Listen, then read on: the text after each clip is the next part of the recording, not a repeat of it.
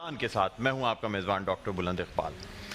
ناظرین، آج 20 رمضان المبارک کی یہ ٹرانسمیشن لے کر آپ کے سامنے حاضر ہوئے ہیں، اور جیسا کہ ہم سب جانتے ہیں کہ 20 رمضان المبارک وہ دن جب رسول اللہ صلی اللہ علیہ وآلہ وسلم اپنے لشکر کے ساتھ، جو کہ تعداد میں بہت زیادہ تھا، یعنی مختلف روایات میں مختلف تعداد ملتی ہے لیکن بہت بڑا لشکر تھا، اس کے ساتھ رسول اللہ صلی اللہ علیہ وآلہ وسلم مکے کی طرف پیش قدمی کرتے ہیں، اور منزل کا کسی کو نہیں پتا ہوتا۔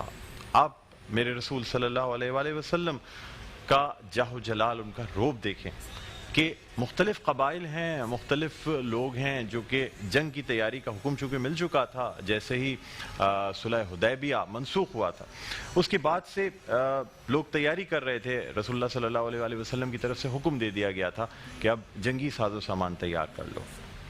کسی شخص، کسی قبیلے، کسی سردار میں اتنی جرت نہیں تھی کہ وہ میرے آقا رسول اللہ صلی اللہ علیہ وآلہ وسلم سے یہ پوچھ لیتا کہ میرے آقا، یہ ہم کس طرف کا رخ کر رہے ہیں، منزل کیا ہوگی؟ اور رسول اللہ صلی اللہ علیہ وآلہ وسلم، جن کی اگر ہم سپہ سالاری کی بات کریں تو شاید دنیا کا کوئی ایسا سپہ سالار موجود نہیں جو آپ کا ثانی ہو، یعنی تدبیر میں، حکمت میں، جو اسٹریٹجی اپنائی جاتی ہے جنگی اسٹریٹجی میں، دشمن کو سمجھ کے اس کے اعصاب کو کمزور کر دینے میں ثانی نہیں ہے میرے آقا رسول اللہ صلی اللہ علیہ وآلہ وسلم کا۔ یعنی جب آپ جنگ کی تیاری کرتے ہیں تو ایسی تیاری ہوتی ہے کہ دشمن دیکھ کر ہی لرز جاتا ہے۔ بہت سی ایسی جنگیں ہیں جو شاید جنگوں کی ضرورت پڑی ہی نہیں، یعنی غزوات ہو ہی نہیں پائے، اس لیے کہ جب رسول اللہ صلی اللہ علیہ وآلہ وسلم تدبیر کر لیتے تھے اور جس طرح سے دشمن کے سامنے حملہ آور ہوتے تھے تو پھر دشمن اس خوف کے مارے، اس ڈر کے مارے جنگ سے فرار حاصل کرتا تھا۔ یہی چیز ہم نے دیکھی فتح مکہ کے موقع پہ۔ رسول اللہ صلی اللہ علیہ وآلہ وسلم مختلف راستوں سے گزرتے ہوئے، عمومی راستے چھوڑ کے مختلف دشوار گزار راستوں سے گزرتے ہوئے، قافلے کو وسیع سے وسیع تر کرتے ہوئے جب مکہ پہنچتے ہیں، اور پھر مسلمانوں کا یہ جو قافلہ ہے یہ پہاڑ کے چاروں جانب جس وقت پڑاؤ ڈالتا ہے، اور پھر رات کے وقت جب کھانا بنایا جاتا ہے تو رسول اللہ صلی اللہ علیہ وآلہ وسلم ایک ہدایت فرما دیتے ہیں کہ تمام خیمے جو ہیں ان میں الگ الگ کھانا بنایا جائے، الگ الگ آگ جلائی جائے۔ ناظرین، آپ سوچیں کیا منظر ہوگا جب کفار مکہ، کفار قریش جب پہاڑ کے اوپر سے دیکھتے ہیں کہ ان کے چاروں طرف ایک آگ ہی آگ جل رہی ہے اور مسلمانوں کا ایک بہت بڑا لشکر موجود ہے۔ تو ایسی دنیا کی مثال نہیں ملتی کہ اتنا بڑا شہر، ایسے ظالموں کا شہر، یعنی مکہ میں رسول اللہ صلی اللہ علیہ وآلہ وسلم پر اتنے مظالم کیے گئے تھے، اور وہاں جب مکہ فتح ہوتا ہے تو ایک خون کا قطرہ نہیں ٹپکتا، یعنی کسی قسم کی کوئی مزاحمت نہیں ہوتی، اور رسول اللہ صلی اللہ علیہ وآلہ وسلم سب کو معاف فرما دیتے ہیں اور عام معافی کا اعلان کر دیتے ہیں۔ اور جس وقت رسول اللہ صلی اللہ علیہ وآلہ وسلم مکے میں داخل ہو رہے ہیں، آپ کی ریش مبارک جو ہے وہ اونٹنی کی کوہان سے جا لگ رہی ہے، اور آپ کی آنکھ مبارک سے آنسو جاری ہیں، آپ کے رخسار مبارک جو ہیں وہ آنسوؤں سے تر ہیں۔ دنیا کا کوئی شہنشاہ، کوئی بادشاہ آپ نے ایسا نہیں دیکھا ہوگا جو اتنی بڑی فوج کے ساتھ ایک ایسے علاقے میں داخل ہو رہا ہو جہاں پر اس پہ مظالم کیے گئے ہوں، لیکن عفو و درگزر اس قدر کہ امت کی خاطر سب کو معاف فرما دیتے ہیں۔ ناظرین، آج اس موضوع پہ بات کریں گے، اور کچھ بات گستاخی رسولوں کے بارے میں بھی نعوذ باللہ کریں گے کہ آخر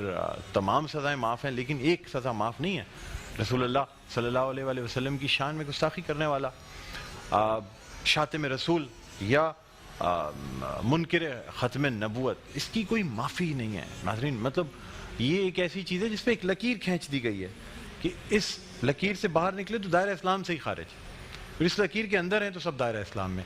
بہرحال ناظرین، ہماری اس ٹرانسمیشن کا باقاعدہ آغاز تلاوت قرآن پاک سے ہوتا ہے۔ میں قاری امجد سعیدی صاحب سے درخواست کروں گا کہ وہ اللہ تعالیٰ کے حضور تلاوت قرآن پاک پیش کرنے کی سعادت حاصل کریں۔ جی خیر۔ أعوذ بالله من الشيطان الرجيم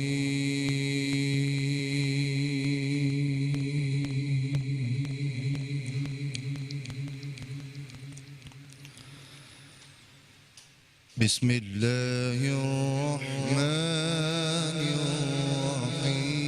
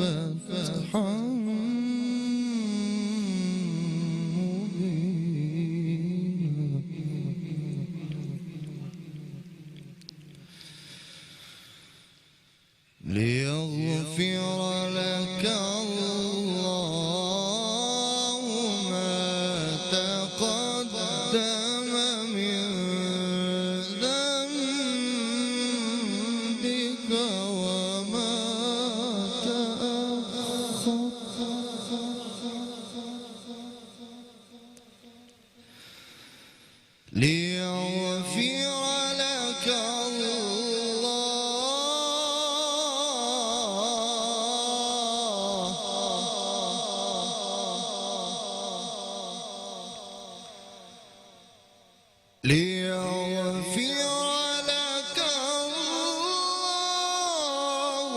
ما تقدم من ذنبك وما تأخر ويتم نعمته عليك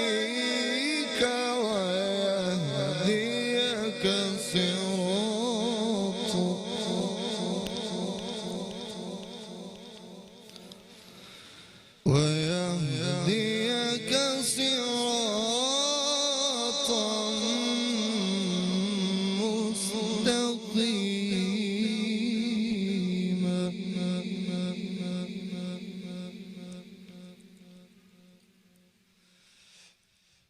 إنا فتحنا لك فتحا مبينا ليغفر لك الله ما تقدم من ذنبك وما تأخر ويتم نعمته عليك ويهديك صراطا مستقيما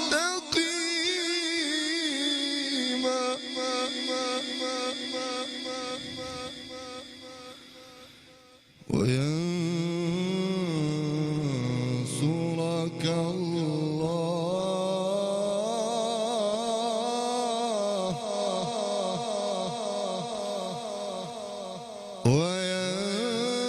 وينصرك الله نصرا عزيزا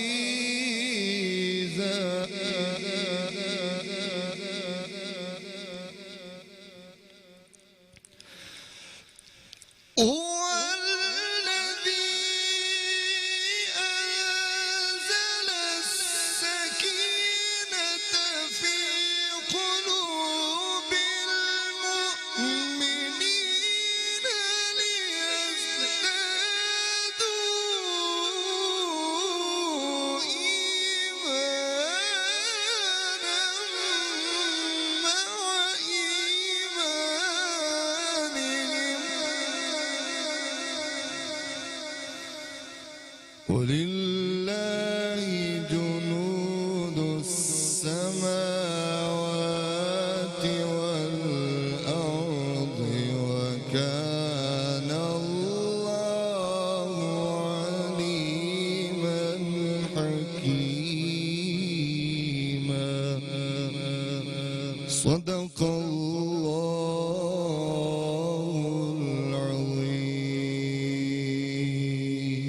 العظيم سبحان اللہ، سبحان اللہ، جزاک اللہ۔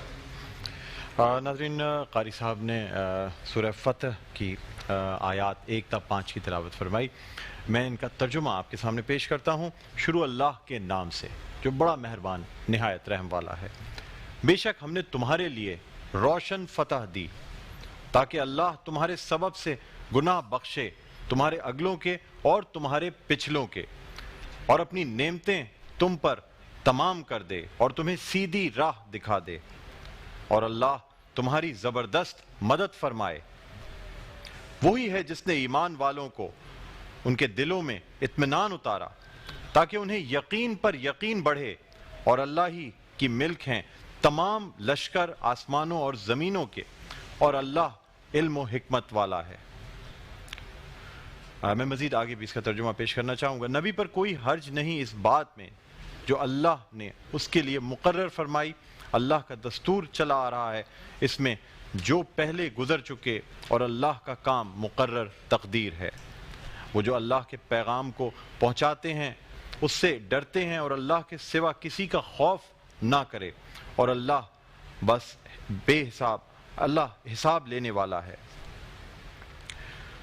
وہ جو اللہ کے پیغام پہنچاتے ہیں،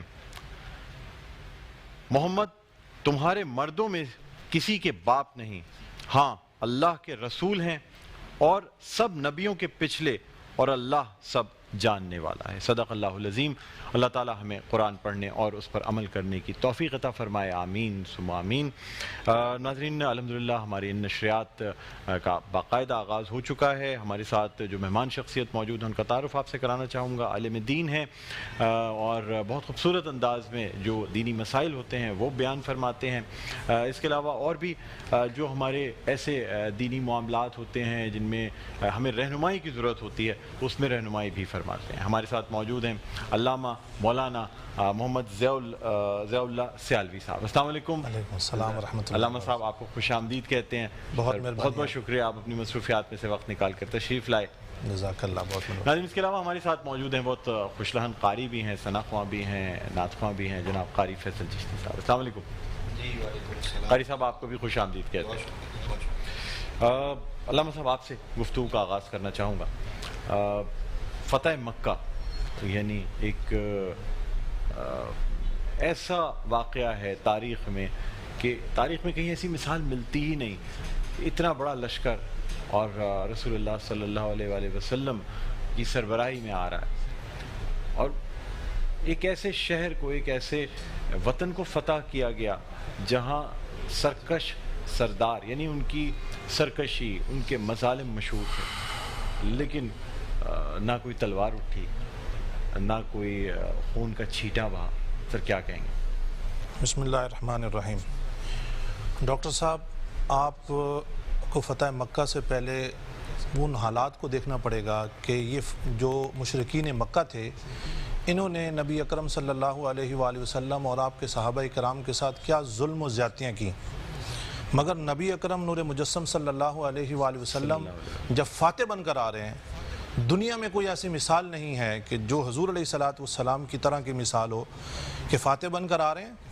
حضور علیہ السلام اذا جاء نصر اللہ والفتح ورأیت الناس يدخلون فی دین اللہ افواجا تلاوت کرتے ہوئے آ رہے ہیں، اور آپ صلی اللہ علیہ وآلہ وسلم نے اپنے سر مبارک کو جھکایا ہوا ہے، یہاں تک کہ اونٹ جو ہے اس کے جو ہوتے وہاں تک پہنچ گیا، اور آنکھوں سے حضور علیہ السلام کے آنسو کی ایک لڑی چل رہی ہے، اور اپنے ساتھ جو بٹھایا ہوا ہے وہ ایک غلام کے بچے کو بٹھایا ہوا ہے۔ سبحان اللہ۔ یعنی یہ بتانا تھا کہ نبی اکرم صلی اللہ علیہ وآلہ وسلم لا فرق بین الغنی والفقیر ولا بین الاسود والاحمر۔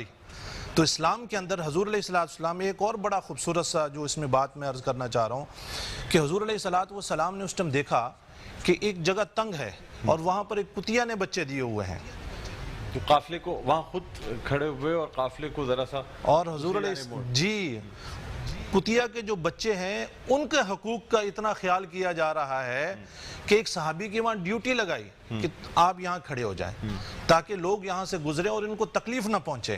سبحان اللہ۔ یعنی نبی اکرم صلی اللہ علیہ وسلم رحمت للعالمین ہے، صرف انسانوں کے لیے نہیں بلکہ تمام مخلوقات کے لیے، تمام جہانوں کے لیے حضور علیہ السلام رحمت ہیں۔ بے شک۔ اچھا علامہ صاحب، یہاں ایک اس نقطے پہ بھی جانا چاہوں گا، جب رسول اللہ صلی اللہ علیہ وآلہ وسلم مکے میں داخل ہونے والے ہیں اور پیچھے سے صحابہ اکرام رضوان اللہ علیہم اجمعین میں سے کسی کی آواز آتی ہے کہ آج ہم بدلہ لیں گے اور آج تمام مظالم کا بدلہ لیا جائے گا، اور پھر رسول اللہ صلی اللہ علیہ وسلم کیا فرماتے ہیں؟ سر میں لا تثریب علیکم الیوم، آج کے دن کسی سے بدلہ نہیں۔ جو میرے سب سے بدترین دشمن تھے ابو سفیان، آج جو ان کے گھر میں بھی چلا جائے گا اسے بھی امان ہے۔ سبحان اللہ۔ کیا مثال قائم کی، کیا مثال قائم کی۔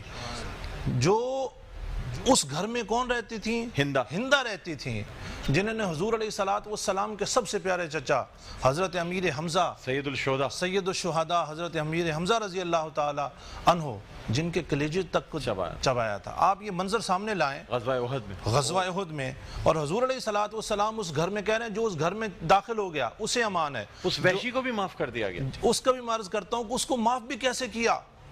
خدا کی قسم میں کہتا ہوں تاریخ میں ایسی مثالیں نہیں ملیں گی کہ اس وحشی کو جس نے حضرت امیر حمزہ کو شہید کیا تھا اس کے لیے خود پیغام بھجوایا کہ آؤ اسلام میں داخل ہو جاؤ، تو وحشی بڑا پریشان تھا کہ کیا اللہ مجھے معاف کر دے گا، تو حضور علیہ الصلوۃ والسلام نے قرآن پاک کی کئی آیاتوں سے اسے سنایا اور یہاں تک کہا کہ لا تقنطوا من رحمت اللہ، یہ قرآنی آیت سنا کر اسے اسلام میں داخل کیا۔ اور اس میں ایک اور بھی جو بات ہے، حضور نے فرمایا جو اپنے گھر کا دروازہ بند کر لے گا اسے بھی پناہ ہے، جو مکہ میں آ جائے گا اسے بھی پناہ ہے۔ اس دن دو اور بہت عظیم واقعات ہیں جو ہمارے لیے مشعل راہ ہیں۔ سر بالکل میں اس پر آؤں گا سر، کیونکہ ابھی ہمیں ایک ہیڈ لائن نیوز کے بریک پہ جانا ہے، تو میں چاہ رہا ہوں کہ کیونکہ یہ تفصیلی بات ہے اس کا ربط نہیں ٹوٹنا چاہیے۔ جب ہم اس واقعے کو شروع کریں گے، باقی تمام واقعات فتح مکہ کے بعد اور جب رسول اللہ صلی اللہ علیہ وآلہ وسلم حرم میں داخل ہوتے ہیں تو اس وقت کے واقعات سر مزید آپ سے جانیں گے۔ ناظرین چھوٹا سا ایک وقفے کے بعد دوبارہ آپ کی خدمت میں حاضر ہوتے ہیں، کہیں نہ جائیے گا، دیکھتے رہیے میٹرو نیوز کی خصوصی نشریات آباد ہے رمضان۔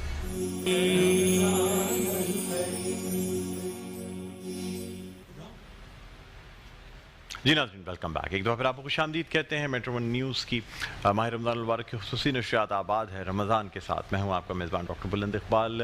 ناظرین ہم آج بات کر رہے ہیں فتح مکہ کے حوالے سے، اور ساتھ ہی ساتھ فتح مکہ کے ساتھ ساتھ جو واقعات پیش آئے ان کے حوالے سے بھی بات ہو رہی ہے، اور ہماری بڑی خوش قسمتی ہے ہمارے ساتھ علامہ مولانا ضیاء اللہ سیالوی صاحب موجود ہیں۔ بریک پہ جانے سے پہلے علامہ صاحب سے بات ہو رہی تھی اور علامہ صاحب یہ فرما رہے تھے کہ جو واقعات پیش آئے فتح مکہ کے بعد، تو اس وقت کے جو بہت اہم واقعات ہیں ان پہ مختلف گفتگو کی جاتی ہے۔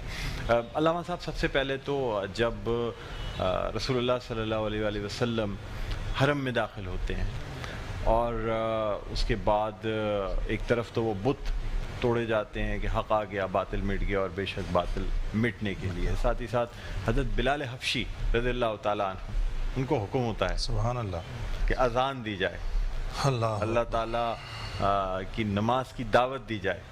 شرف فرما دیجیے گا، تھوڑا سا واقعہ بیان کر دیجیے۔ حضور علیہ الصلوۃ والسلام جب مکہ میں داخل ہوتے ہیں تو حرم کعبہ میں ایک صدا لگ جاتی ہے، جاء الحق وزہق الباطل، جاء الحق وزہق الباطل۔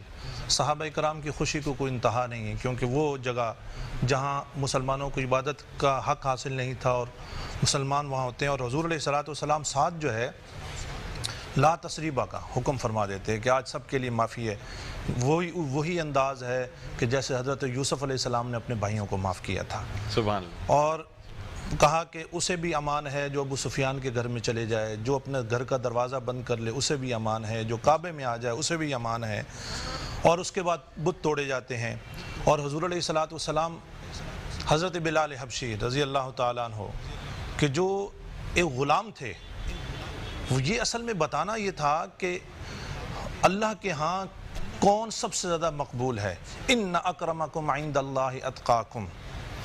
یہ جو فرق تھا جو عرب کے اندر امیر اور غریب کا، اسے مٹانا تھا۔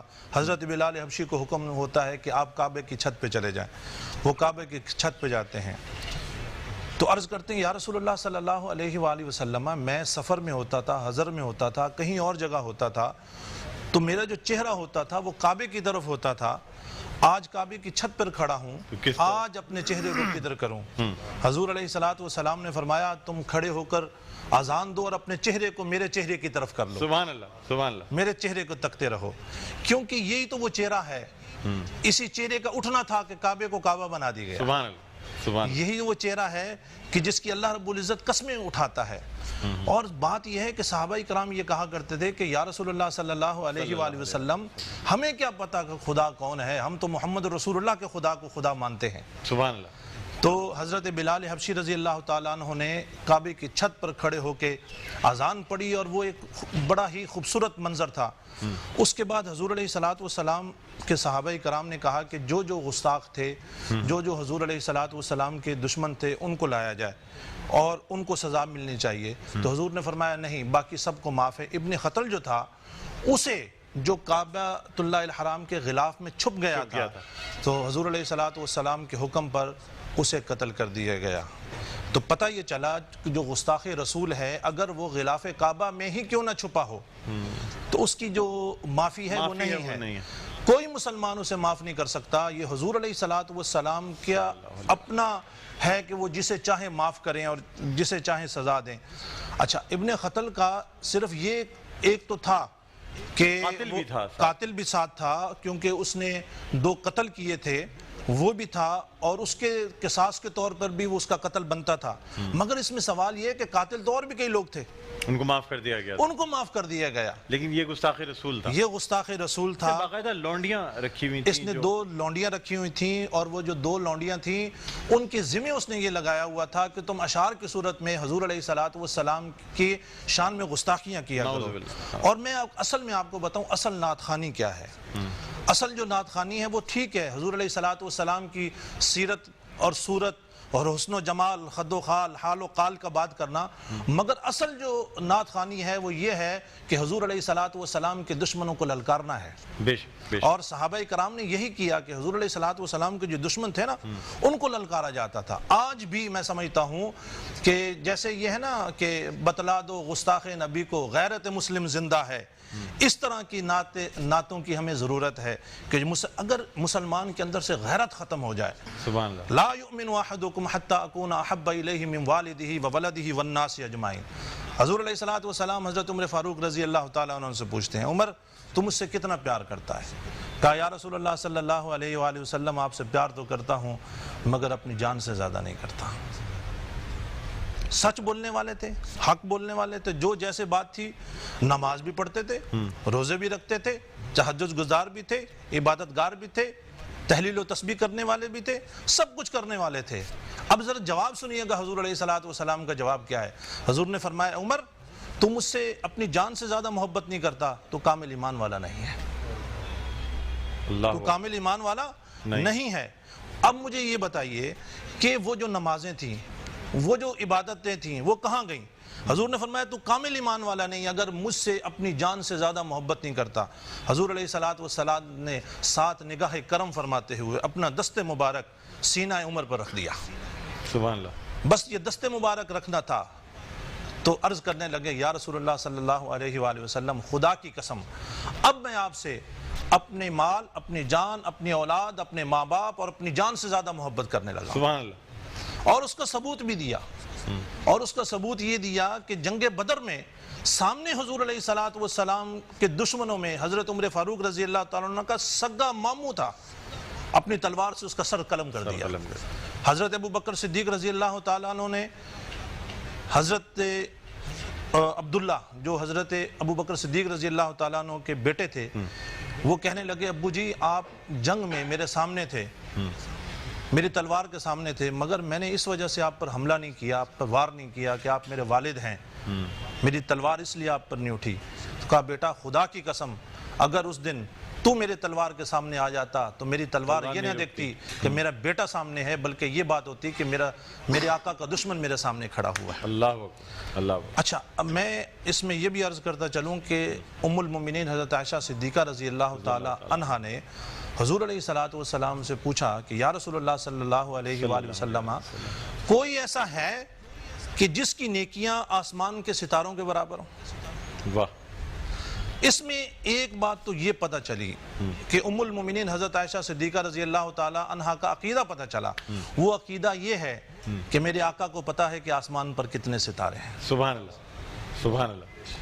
میرے آقا کو پتہ ہے کہ کتنے ستارے ہیں. آج اتنی سائنس نے ترقی کر لی تو وہ نہیں گن سکتے کہ گلیکسی کے اندر کتنی ستارے ہیں.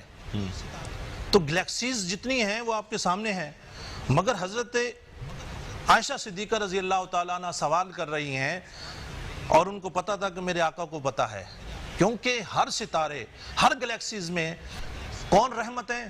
جہاں جہاں رب العالمین ہیں وہاں وہاں محمد رسول اللہ رحمت للعالمین ہے. تو حضور علیہ الصلوۃ والسلام نے فرمایا کہ ہاں ان ستاروں کے برابر جو نیکیاں ہیں وہ عمر کی ہیں. سبحان اللہ. سبحان اللہ. اچھا عمر کی نیکیاں. اب تھوڑی سی پریشان ہوئی کہ اصل میں دل میں یہ تھا کہ میرے والد کا نام لیا جائے گا. میں یہ بتاتا چلوں کہ حضرت عمر فاروق رضی اللہ تعالی عنہ کی شان یہ ہے کہ حضور علیہ الصلوۃ والسلام فرماتے ہیں لو کان بعدی نبی لکان عمر الخطاب. اگر میرے بعد کوئی نبی ہوتا تو وہ عمر ہوتا. فرمایا ہر امت کا ایک محدث ہوتا ہے اور میری امت کا جو محدث ہے وہ عمر ہے، اور ان کی نیکیاں ستاروں کے برابر۔ تھوڑی سی چہرے پر غمی کا وہ ہوا کہ میرے والد کا نام آنا چاہیے تھا، تو حضور علیہ الصلوۃ والسلام نے فرمایا عائشہ پریشان کیوں ہوتی ہے، تجھے بتاتا چلوں تیرے والد نے جو ایک رات میرے ساتھ غار ثور میں گزاری تھی وہ ایک نیکی ان تمام نیکیوں پر بھاری ہے۔ سبحان اللہ، سبحان اللہ۔ اس لیے حضرت عمر فاروق رضی اللہ تعالیٰ عنہ اکثر حضرت ابو بکر صدیق رضی اللہ تعالیٰ عنہ کے پاس بیٹھتے تھے اور کہتے تھے کہ اے ابو بکر میری ساری زندگی کی نیکیاں لے لو، مجھے صرف اپنی 2 نیکیاں دے دو، ایک دن کی نیکی اور ایک رات کی نیکی۔ رات کی نیکی غار ثور میں جو حضور علیہ السلام پر جان نچھاور کی تھی آپ نے اور حضور کی حرمت و ناموس پر پہرا دیا تھا، وہ نیکی دے دو، اور جو دن کی نیکی ہے وہ دن میں جو آپ نے حکم صادر کیا تھا کہ گستاخ رسول منکرین ختم نبوت کے خلاف جو جہاد کے لیے آپ نے حکم صادر فرمایا تھا اور صحابہ کرام یمامہ کی طرف گئے تھے، وہ نیکی وہ مجھے دے دو، میری ساری زندگی کی نیکیاں لے لو۔ واہ واہ واہ، سبحان اللہ، بہت خوبصورت بات آپ نے کی۔ علامہ صاحب اسی کے ساتھ ہم قاری فیصل چشتی سے درخواست کریں گے کہ بارگاہ رسالت میں آپ صلی اللہ علیہ وآلہ وسلم عقیدت کے پھول نچھاور کریں۔ لب پر نعت پاک کا نغمہ کل بھی تھا اور آج بھی ہے، میرے نبی سے میرا رشتہ کل بھی تھا اور آج بھی ہے، میرے نبی سے میرا رشتہ کل بھی تھا اور آج بھی ہے، بتلا دو گستاخ نبی کو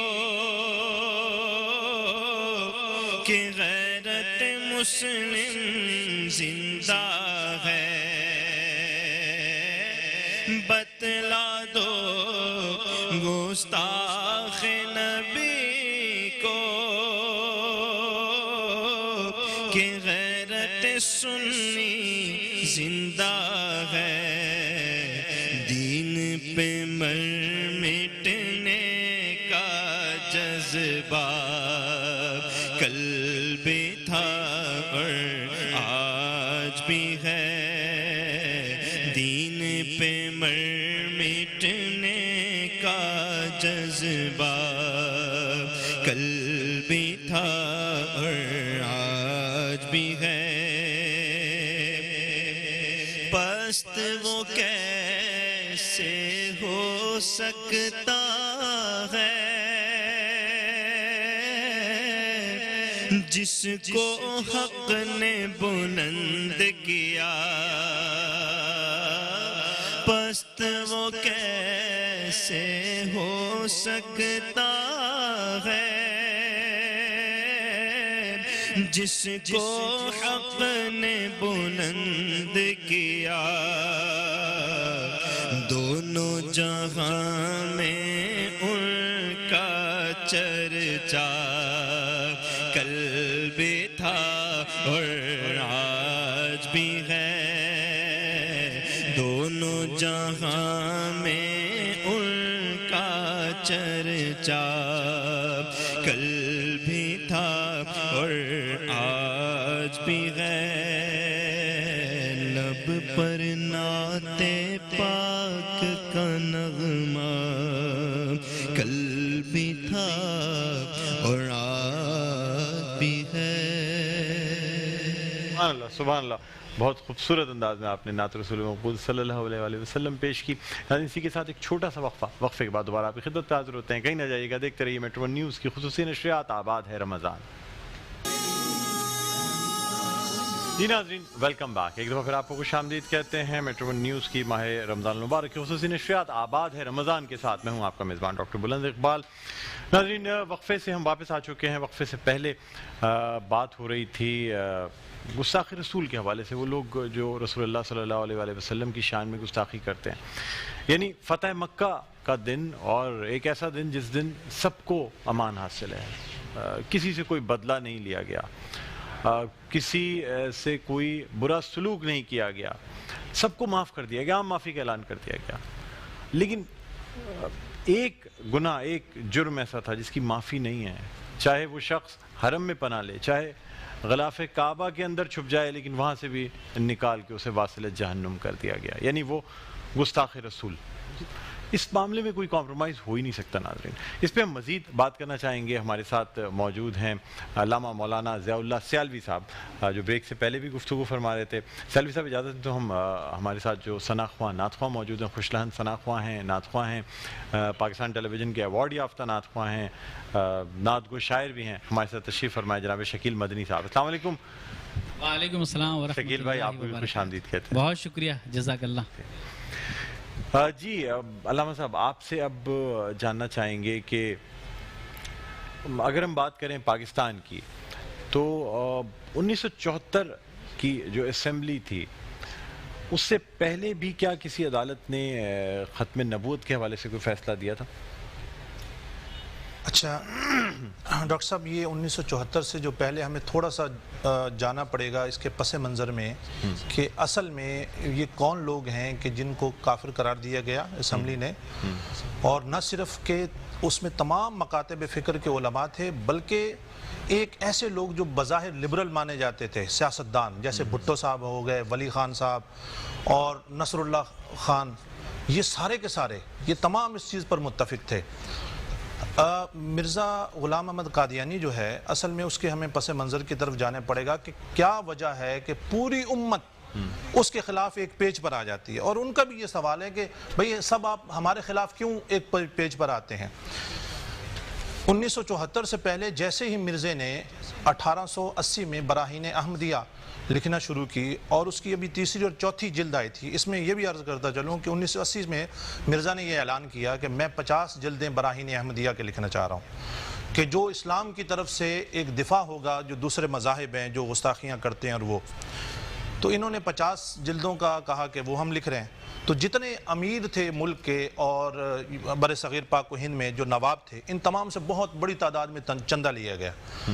آپ کو یہ سن کے حیرت ہوگی کہ مرزا نے صرف 5 جلدیں لکھیں براہین احمدیہ کہ اس سے پوچھا گیا کہ تم نے تو 50 کہا تھا. اس نے کہا 50 اور 5 میں کتنا فرق ہے؟ صرف 0 کا تو فرق ہے. سب سے پہلے 1883 کے اندر علامہ غلام دستگیر قصوری رحمۃ اللہ تعالی علیہ نے کفر کا فتویٰ دیا، اور جو ان کا فتویٰ تھا اس کے اوپر تمام مکاتب فکر کے علماء کرام نے مسلک سے بالا تر ہو کے اس کے اوپر جو ہے پھر علماء لدھیانہ جو ہے انہوں نے کفر کا فتویٰ دیا.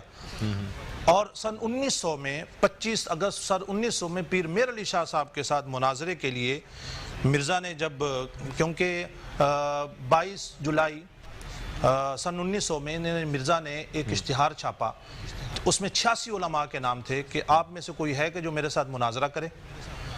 تو ان میں پیر میر علی شاہ صاحب کا بھی نام تھا. آپ نے اس کے مناظرے کو قبول کیا.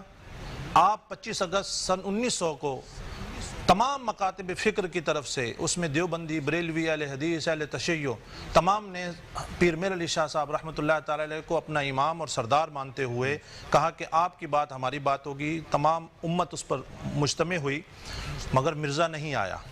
تو پوری امت نے تو ڈکلیئر کر دیا تھا کہ یہ کافر ہے.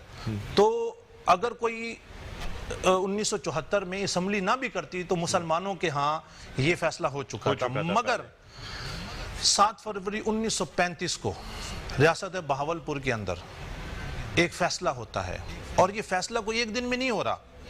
اس کی کہانی یہ ہے کہ 24 جولائی سن 1926 کو ایک خاتون جس کا نام عائشہ بی بی تھا، اس نے، جو احمد پور شرقیہ کی رہنے والی تھی، اس نے مقدمہ دائر کیا احمد پور شرقیہ کی عدالت میں کہ میرے والد نے عبدالرزاق نامی شخص سے میرا نکاح کیا ہے کہ جو کہ مرتد ہو چکا ہے. پہلے مسلمان تھا جب نکاح ہوا، مگر اب وہ مرتد ہو چکا ہے، قادیانی ہو گیا ہے، تو اس سے میرا نکاح ختم کیا جائے. حضرت یہ کیس 9 سال چلتا ہے. 9 سال چلتا ہے. 9 سال یہ کیس چلتا ہے.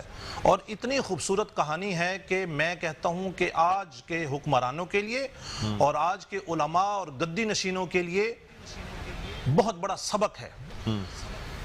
جب یہ کیس چلتا ہے تو پوری قادیانیت جو ہے وہ ہل کے رہ جاتی ہے.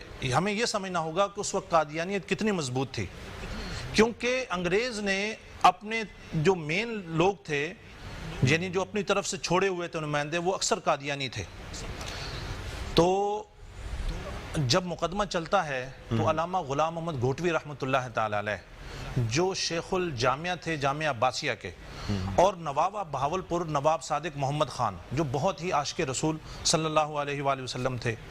ہوتا یہ ہے کہ انگریز یہ کہتا ہے کہ قادیانیوں کو کافر نہ قرار دیا جائے، کیونکہ قادیانی عدالت کے اندر یہ کہتے ہیں کہ یہ کیا بات ہوئی کہ علامہ غلام محمد گھوٹوی جو ہیں یہ تو بریلوی ہیں، تو یہ ہمارے خلاف مقدمہ لڑ رہے ہیں، تو ان کو تو دیوبندی بھی کافر کہتے ہیں اور یہ دیوبندیوں کو کافر کہتے ہیں.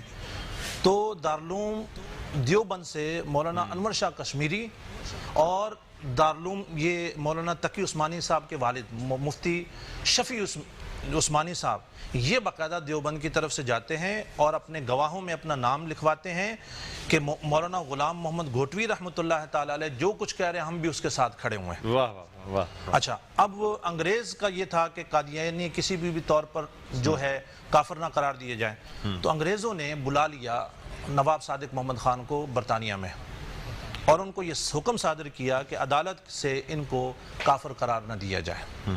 اس میں ایک بہت بڑا جو کردار ہے وہ نبی بخش مرحوم رحمۃ اللہ تعالی علیہ، ان کا میں کہوں گا کہ جو وزیر اعظم تھے نبی بخش صاحب، اصل میں انہوں نے یہ سارا کچھ کیس آگے بھیجنا تھا. مولانا غلام محمد گھوٹوی رحمۃ اللہ تعالی علیہ ان کے گھر پہ جاتے ہیں، یعنی وہ اس درجے کے عالم تھے کہ وزیر اعظم کے گھر جا رہے ہیں اور ان کے دربان کو جا کے کہہ رہے ہیں کہ نبی بخش سے یہ کہو کہ میں جنت کی ٹکٹ لے کر آیا ہوں، اگر اسے جنت کی ٹکٹ چاہیے تو فوری طور پہ آئے. جو وزیر اعظم غلام نبی صاحب تھے اس ٹائم سو رہے تھے، انہوں نے جب یہ سنا کہ مولانا غلام محمد گھوٹوی آئے ہیں تو فوراً اٹھ کے وہ آتے ہیں کمرے میں اور زاروں قطار رو رہے ہیں، ان کے آنسو بہہ رہے ہیں. کہا کہ کیا ہے جنت کی ٹکٹ، کیا ہے؟ کہا جنت کی ٹکٹ یہ ہے کہ حضور علیہ الصلوۃ والسلام کی حرمت پر پہرہ دو اور انگریز کے سامنے کھڑے ہو جاؤ اور ان کو لکھو کہ یہ جو کیس ہے اس میں ذرہ برابر کوئی بات نہیں ہو سکتی. نواب صادق محمد خان جب وہاں پر گئے تو انہوں نے انگریزوں کو بس ایک ہی جواب دیا، اور جواب یہ تھا کہ بات سنیں، ہماری جو وفاداریاں ہیں وہ زمین کے لیے تو آپ کے ساتھ ہو سکتی ہیں، ایمان کے لیے نہیں ہو سکتی. واہ واہ واہ. ہم نے ایمان آپ کو نہیں بیچا ہوا. کیا بات. اس کیس کا فیصلہ ہونا تھا 7 فروری کو، 7 فروری 1935 کو.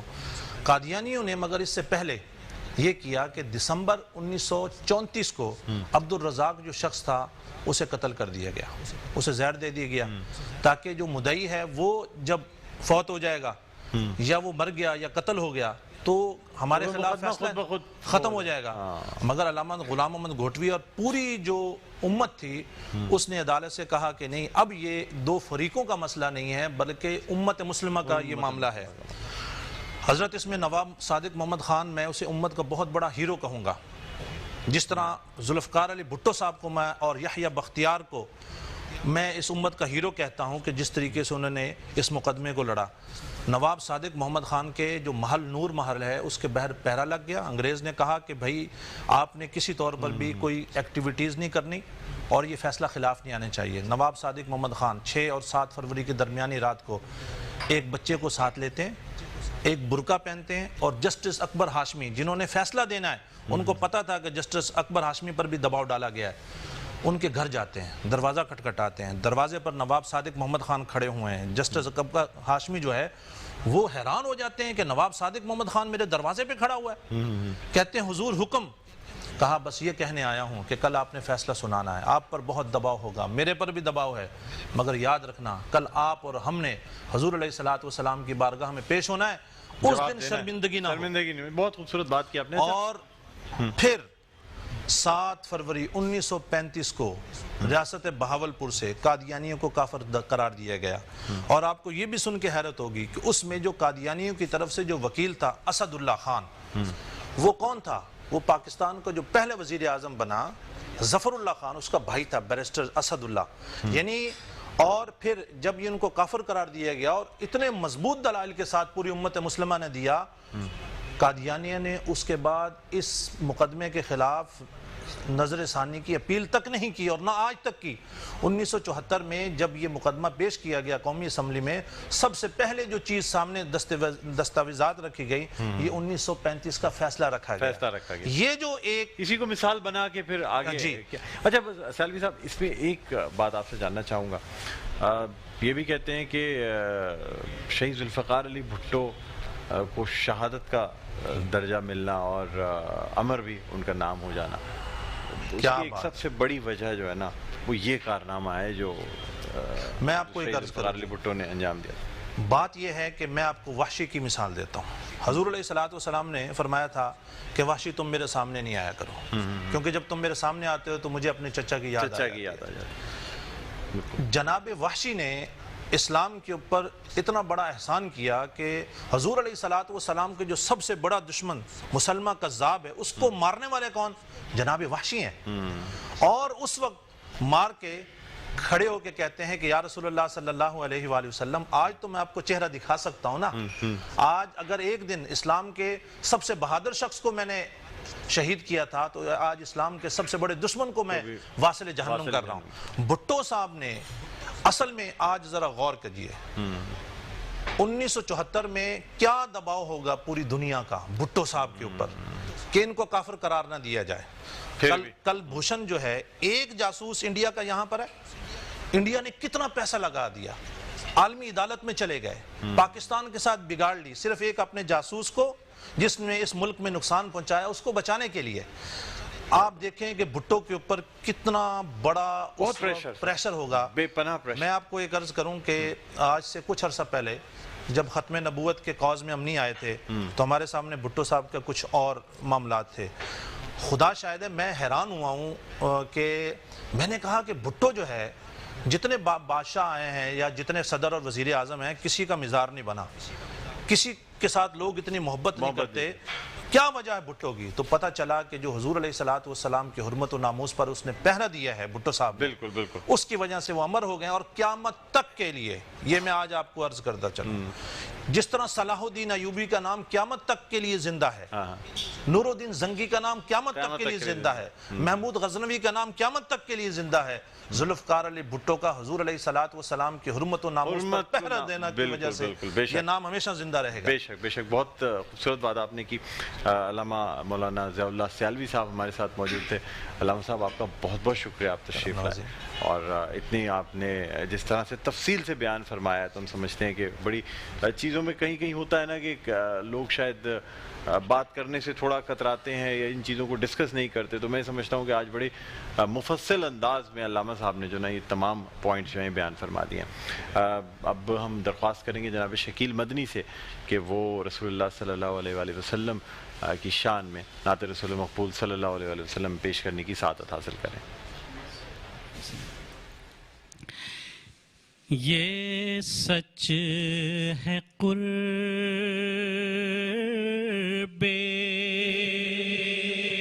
الہی وہ پا نہیں سکتا، حبیب رب کو جو اپنا بنا نہیں سکتا، وہ ساتھ خط میں نبوت کی مہر لائے ہیں، اب ان کے بعد کوئی اور آ نہیں سکتا، اب ان کے بعد کوئی اور آ نہیں سکتا، خدا گواہ کے منکر نبی آخر کا کبھی فلاح کی منزل کو پا نہیں سکتا، کبھی فلاح کی خوشا نصیب ثنا خوان مصطفیٰ ہوں شکیل، قصیدہ اور کسی کی سنا نہیں سکتا، قصیدہ اور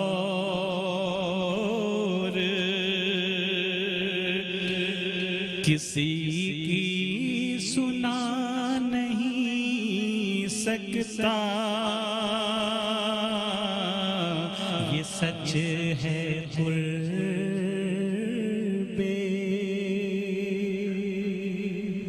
سبحان اللہ سبحان اللہ، بہت خوب جناب شکیل مدنی صاحب رسول اللہ صلی اللہ علیہ وآلہ وسلم کی بارگاہ میں نعت رسول مقبول صلی اللہ علیہ وآلہ وسلم پیش کرنے کی سعادت حاصل کر رہے تھے۔ ناظرین اسی کے ساتھ ایک چھوٹا سا وقفہ، وقفے کے بعد جب حاضر ہوں گے تو ہمارا سیگمنٹ ہوگا روزہ اور صحت، کہیں نہ جائیے گا، دیکھتے رہیے میٹرو نیوز کی ماہ رمضان المبارک کی خصوصی نشریات، آباد ہے رمضان۔